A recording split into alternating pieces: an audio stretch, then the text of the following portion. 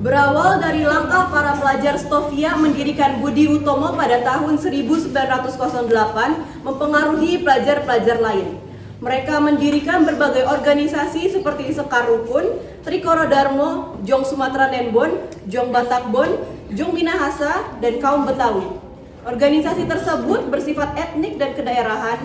Selain itu, berdiri pula organisasi pemuda yang bersifat keagamaan, antara lain Jong Islamiyah Tenbon, Perkumpulan Pemuda Katolik, Muhammadiyah, Nahdlatul Ulama, dan lain sebagainya. Berbagai organisasi itu kemudian berusaha bergabung menjadi satu organisasi.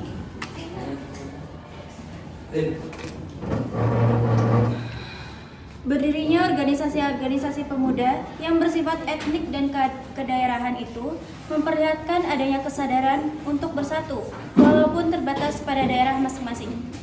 Lama-kelamaan, rasa kedaerahan mulai memudar dan digantikan oleh keinginan untuk membentuk persatuan yang bersifat nasional.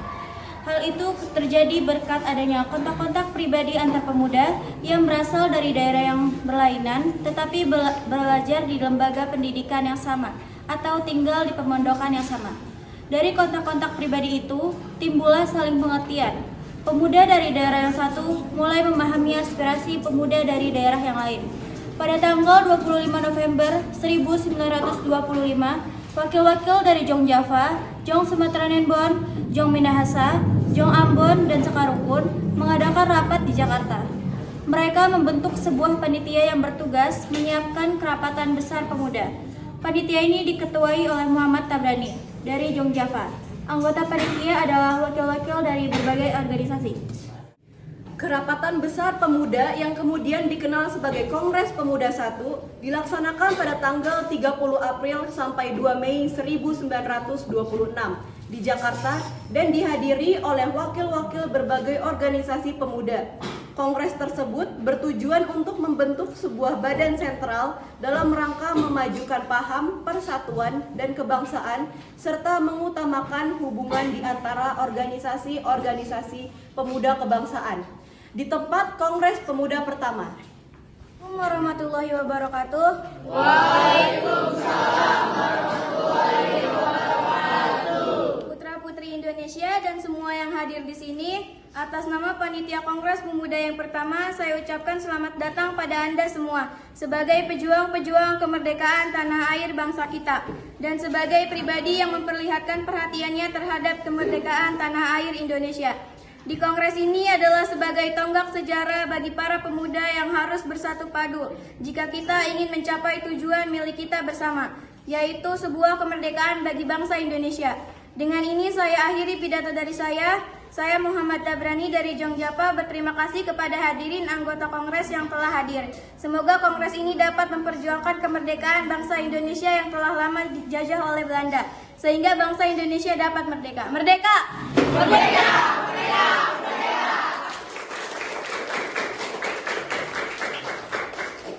Bapak Muhammad Tabrani sangat luar biasa. Kita bangsa Indonesia harus merdeka dari penjajahan ini. Setuju dengan apa yang telah dikatakan oleh Bapak Muhammad Tabrani. Kita harus memperjuangkan kemerdekaan Indonesia. Terima kasih saudara-saudari semua. Tujuan diadakannya kongres ini adalah untuk mewujudkan persatuan dan kesatuan. Pertama-tama kita harus membentuk badan sentral. Kali Bung, yang kita butuhkan sekarang adalah sebuah organisasi yang dapat menampung semua aspirasi. Membentukkan pemerintahan dalam bentuk federasi di mana setiap daerah dapat memajukan daerahnya masing-masing. Bukan seperti itu, Bu. Akan lebih bagus bila pemerintahan pusat dan pemerintahan daerah harus bisa menyatu dalam membangun pemerintahan. Karena apabila suatu daerah dibiarkan mandiri dan tidak bisa berkembang, maka akan menjadi suatu masalah.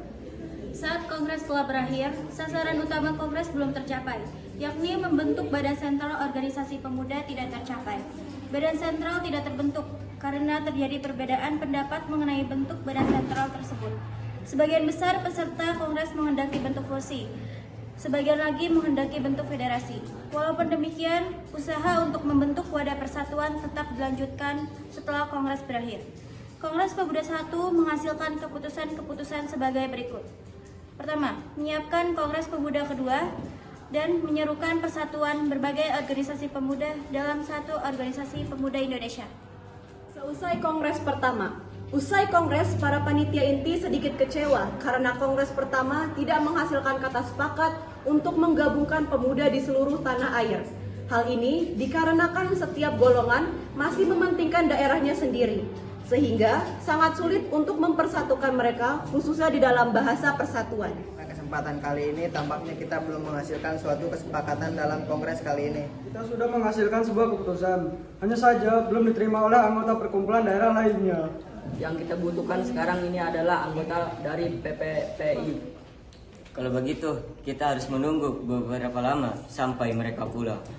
Buat kita, yang penting adalah tujuan untuk masa depan kemerdekaan bangsa Indonesia. Saya yakin semuanya bisa terlaksanakan. Tapi tentunya aspek bahasa itu sangat penting. Sangat tidak mungkin kita meninggalkan aspek bahasa pada saat ini. Benar sekali Bung, padahal saya yakin bahasa Melayu adalah bahasa yang cocok untuk dijadikan bahasa persatuan. Itu, jika tujuan kita ingin tercapai Indonesia, kita harus berjuang dalam segala aspek.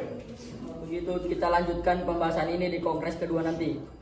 Baiklah, kalau begitu kita akan lanjutkan di kongres kedua di gedung KJB nanti. Keputusan telah kita sepakati, mari kita persiapkan untuk kongres kedua nanti. PPI bertujuan memperjuangkan Indonesia merdeka. Untuk itu, para anggota disiapkan menjadi pemimpin rakyat sejati. Cita-cita itu akan tercapai apabila segala bentuk sifat kedaerahan dihapuskan setelah itu. Mereka sesegera mungkin menyelesaikan rapat yang diakhiri dengan pembacaan doa bersama.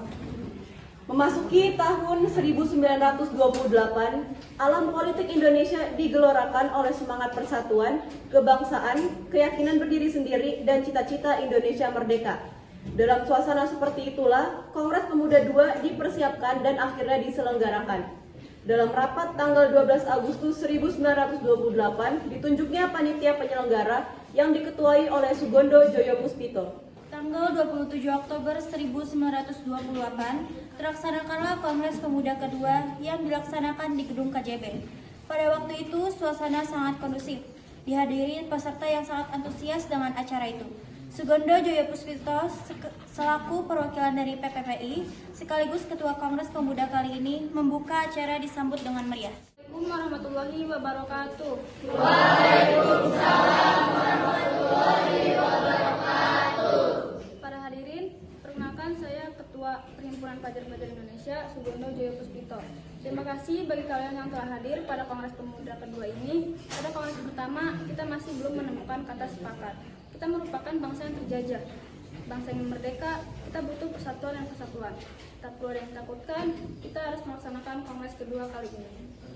Para hadirin dari perwakilan berbagai daerah, Jong Java, Jong Sumatera, Sekarukun, Jong Ambon, Jong Minahasa, Jong Batak, Sulawesi, dan Betawi, semuanya harus bersatu untuk tujuan kemerdekaan bangsa Indonesia. Sekian, wassalamualaikum warahmatullahi wabarakatuh. Bahwa kita harus bersatu demi tercapainya persatuan dan kesatuan bagi bangsa Indonesia.